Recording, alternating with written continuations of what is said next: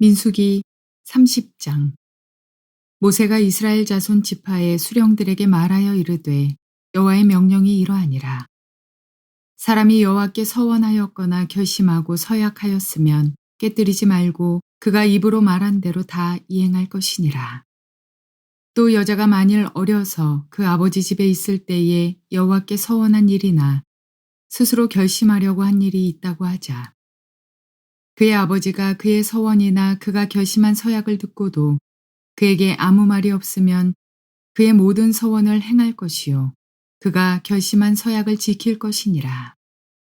그러나 그의 아버지가 그것을 듣는 날에 허락하지 아니하면 그의 서원과 결심한 서약을 이루지 못할 것이니 그의 아버지가 허락하지 아니하였은즉 여호와께서 사하시리라. 또 혹시 남편을 맞을 때에 서원이나 결심한 서약을 경솔하게 그의 입술로 말하였으면 그의 남편이 그것을 듣고 그 듣는 날에 그에게 아무 말이 없으면 그 서원을 이행할 것이요 그가 결심한 서약을 지킬 것이니라. 그러나 그의 남편이 그것을 듣는 날에 허락하지 아니하면 그 서원과 결심하려고 경솔하게 입술로 말한 서약은 무효가 될 것이니 여호와께서 그 여자를 사하시리라. 과부나 이혼당한 여자의 서원이나 그가 결심한 모든 서약은 지킬 것이니라. 부녀가 혹시 그의 남편의 집에서 서원을 하였다든지 결심하고 서약을 하였다 하자. 그의 남편이 그것을 듣고도 아무 말이 없고 금하지 아니하면 그 서원은 다 이행할 것이요 그가 결심한 서약은 다 지킬 것이니라. 그러나 그의 남편이 그것을 듣는 날에 무효하게 하면 그 서원과 결심한 일에 대하여 입술로 말한 것을 아무것도 이루지 못하나니 그의 남편이 그것을 무효하게 하였은즉 여호와께서 그 부녀를 사하시느니라. 모든 서원과 마음을 자제하기로 한 모든 서약은 그의 남편이 그것을 지키게도 할 수 있고 무효하게도 할 수 있으니 그의 남편이 여러 날이 지나도록 말이 없으면 아내의 서원과 스스로 결심한 일을 지키게 하는 것이니 이는 그가 그것을 들을 때에 그의 아내에게 아무 말도 아니하였으므로 지키게 됨이니라. 그러나 그의 남편이 들은 지 얼마 후에 그것을 무효하게 하면 그가 아내의 죄를 담당할 것이니라. 이는 여호와께서 모세에게 명령하신 규례니 남편이 아내에게 아버지가 자기 집에 있는 어린 딸에 대한 것이니라. 자, 오늘은 민수기 30장 말씀을 통해서 하나님의 음성을 들을 수 있기를 바랍니다. 저는 이 장의 제목을 하나님은 우리의 말을 귀하게 여기십니다 라는 제목으로 삼았습니다. 가나안 땅에 이스라엘 백성들이 들어가서 살 때 가장 중요하게 여겨야 될 것이 무엇일까요? 물론 하나님께서 여러 가지를 말씀해 주셨습니다. 성막을 주셨고 율법을 가지고 살아가라 말씀을 주셨지만 그러면서도 바로 앞장에서 절기를 통해서 하나님과 바른 관계를 지켜야 된다. 쉽게 이야기하면 매일, 매주, 매달, 매년 하나님을 기억하라. 하나님이 내 삶 가운데 하신 일을 기억하고 하나님이 앞으로 우리의 삶 가운데 하실 일을 기억하라. 절기는 예언이다. 이런 말씀을 드렸습니다.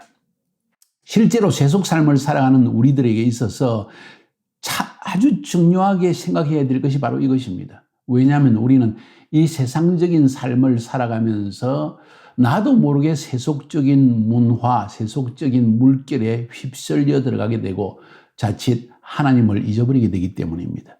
그래서 하나님은 매년 절기를 지키라. 매일 아침 저녁으로 조석으로 제사를 드려라.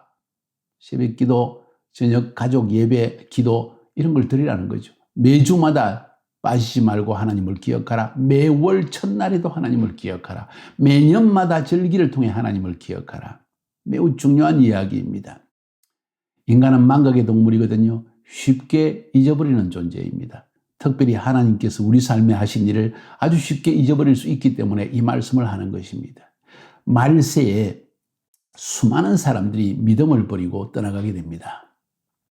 그런데 그 가운데서도 이 믿음을 지키는 사람이 누군지 아십니까? 오늘 이 절기 말씀처럼 매일 예배드리고 매일 기도하며 주일을 성수하고 하나님 앞에 예배드리는 것을 귀중히 여기고 심지어 매달마다 한 번씩 마음을 정하여 금식하거나 기도하면서 하나님께 나아가고 이 절기를 통해서 하나님께서 내 삶에 하신 구원의 은혜, 성령 주신 그 은혜, 죄사함을 주신 은혜, 나에게 부활의 소망을 주신 하나님, 다시 재림하셔서 우리에게 영원한 천년왕국의 축복을 주실 하나님, 이것을 기억하며 살아가는 사람만이 세속의 물결에 휩쓸리지 않고 신앙적으로 승리하며 살아갈 수 있다는 것이죠. 꼭 기억할 내용입니다. 그러면서 가나안 땅에 너희들이 들어가서 또 한 번 지켜야 될, 너희들이 기억해야 될 중요한 한 가지 사실이 있다. 그것은 말을 조심하라. 특별히 하나님 앞에서의 맹세와 서약을 아주 조심해서 하라. 하나님은 경솔히 너의 말을 받지 아니하신다. 그런 말씀을 오늘 30장에서 하고 있습니다. 진실한 말. 이것은요, 하나님과의 관계뿐만 아니라 사람과의 관계에서도 굉장히 중요합니다. 말이 중요하다는 것입니다. 그 사람의 속에 무엇이 있는지가 겉으로 드러나는 것이 말입니다. 때로는 사람들이 그렇게 이야기합니다. 내 진심이 아니었어. 그때 화가 나서 그랬어. 감정 때문에 그랬어. 내가 조금 과장해서 이야기했어. 하고 쉽게 이야기하지만 듣는 사람으로서는 그 말을 통해서 그 사람의 마음을 아는 거예요. 그래서 내가 실수로 그랬어. 내가 과장해서 그랬어. 내가 좀 화가 나서 그랬어. 하는 말들이 통하지 않는다는 거예요. 하나님 앞에서도 마찬가지라는 것입니다. 말, 우리 마음의 표현입니다.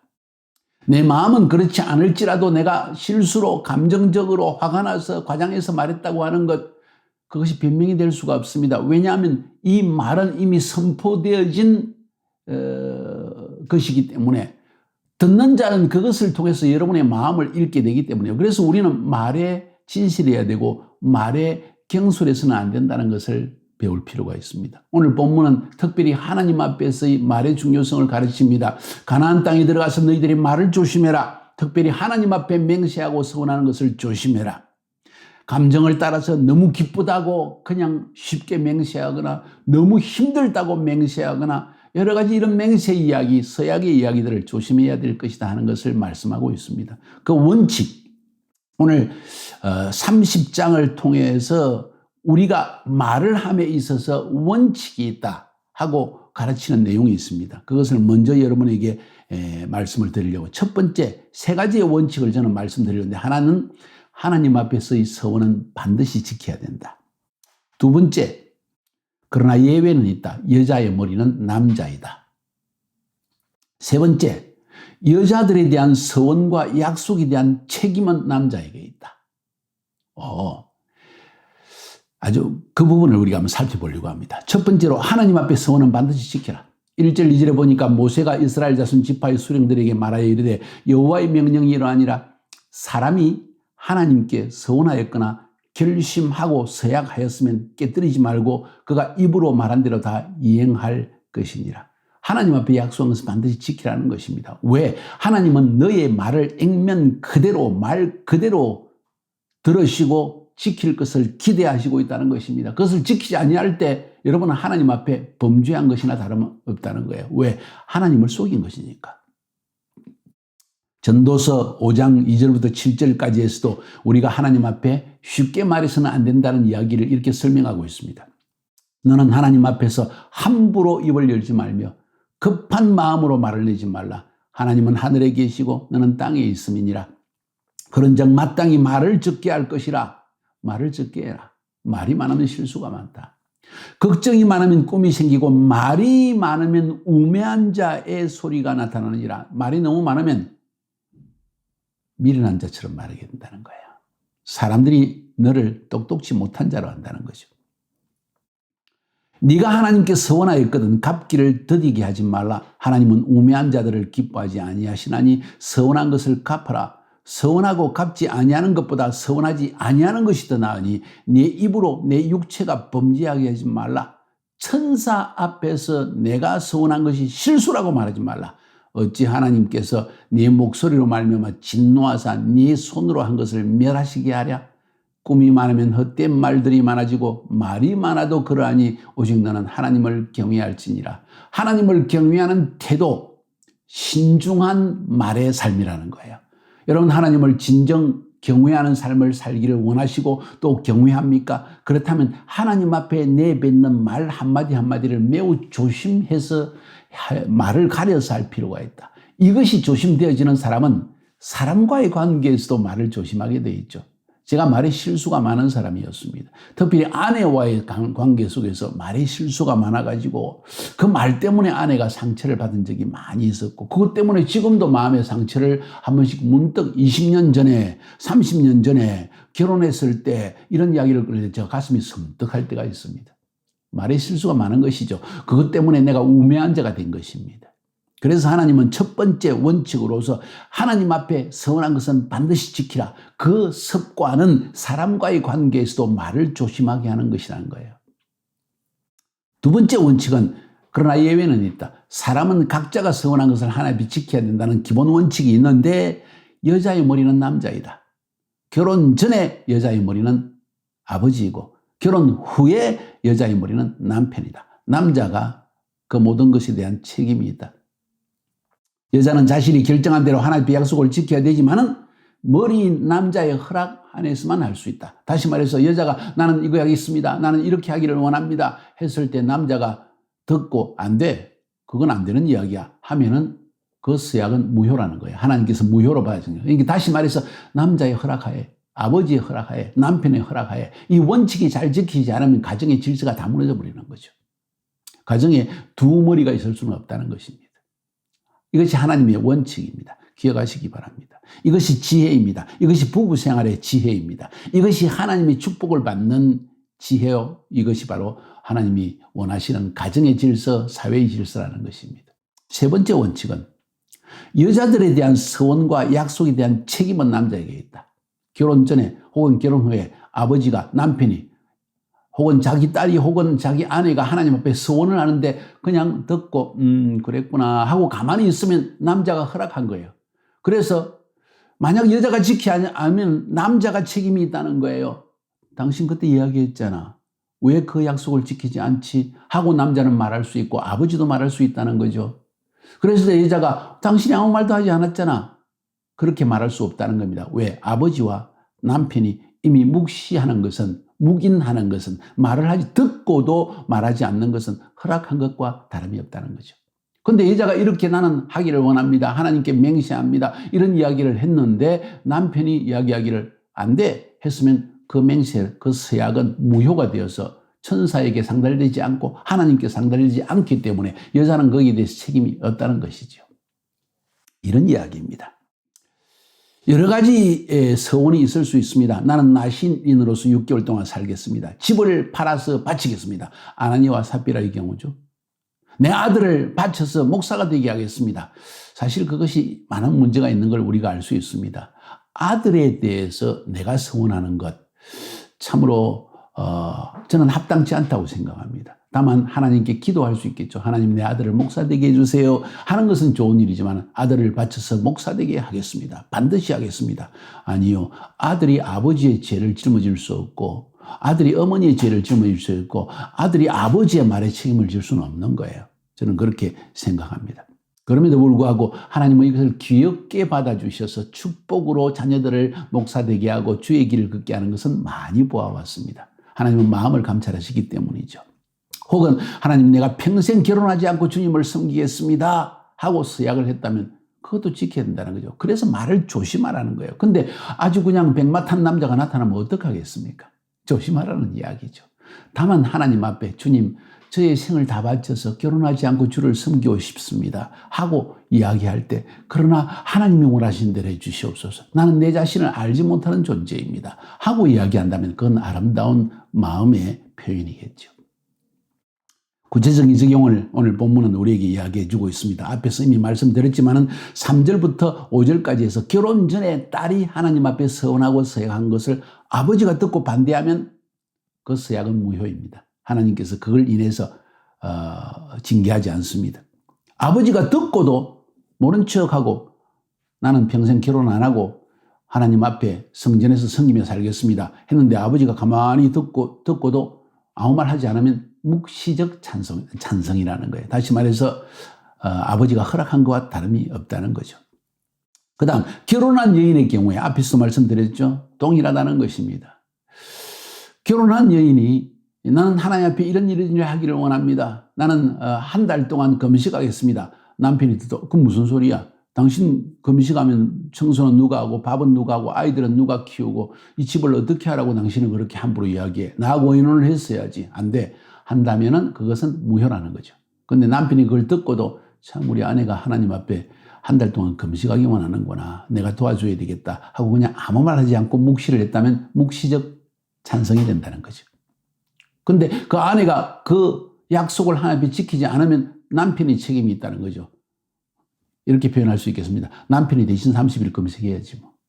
말을 참 조심해야 된다는 것이고 또 아내가 그것을 허락했다고 할 경우에는 반드시 남편이 책임을 질 수밖에 없다 하는 이야기입니다. 성경에도 보면 사무엘상 1장에 한나의 서원 이야기가 나옵니다. 하나님께서 나에게 이 억울함을 보시고 이 핍박을 보시고 나에게 아들을 주시면 이 아들을 나실인으로서 하나님께 완전히 바쳐서 여호와만을 평생을 섬기게 하겠습니다 했고 한나는 그 서원대로 사무엘이 젖을 떼는 날에 여호와께 데려가서 하나님께 완전히 나실인으로서 헌신하며 살게 했다는 것, 아름다운 이야기입니다.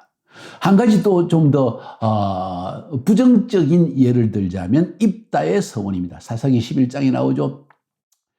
사사기 11장 29절부터 31절까지 보니까 입다가 이제 암몬 자손과 전쟁을 하게 되는데 하나님 이 전쟁에서 이기게 해주시면 제가 전쟁에서 돌아올 때 나를 제일 먼저 맞으러 나오는 사람을 하나님께 번제로 드리겠습니다.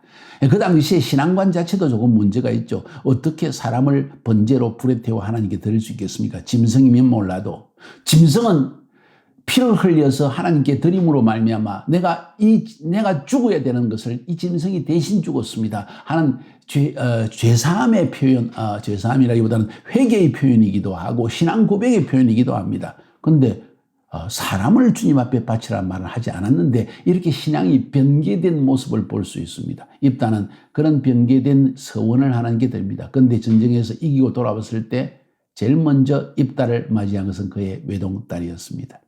울며 애통했지만 이미 늦었습니다. 그 당시의 문화가 하나님께서 한 것은 반드시 지킨다는 또 강한 전통이 남아있었던 것 같습니다. 입다는 결국 외동딸을 하나님께 번제로 드리고 말았습니다. 굉장히 말을 조심해야 된다는 이야기죠. 특별히 하나님 앞에 이 맹세와 서약은 우리가 참 조심해야 된다. 오늘 이 본문을 통해서 우리가 배울 수 있는 몇 가지 원칙을 한번 생각해 봅시다.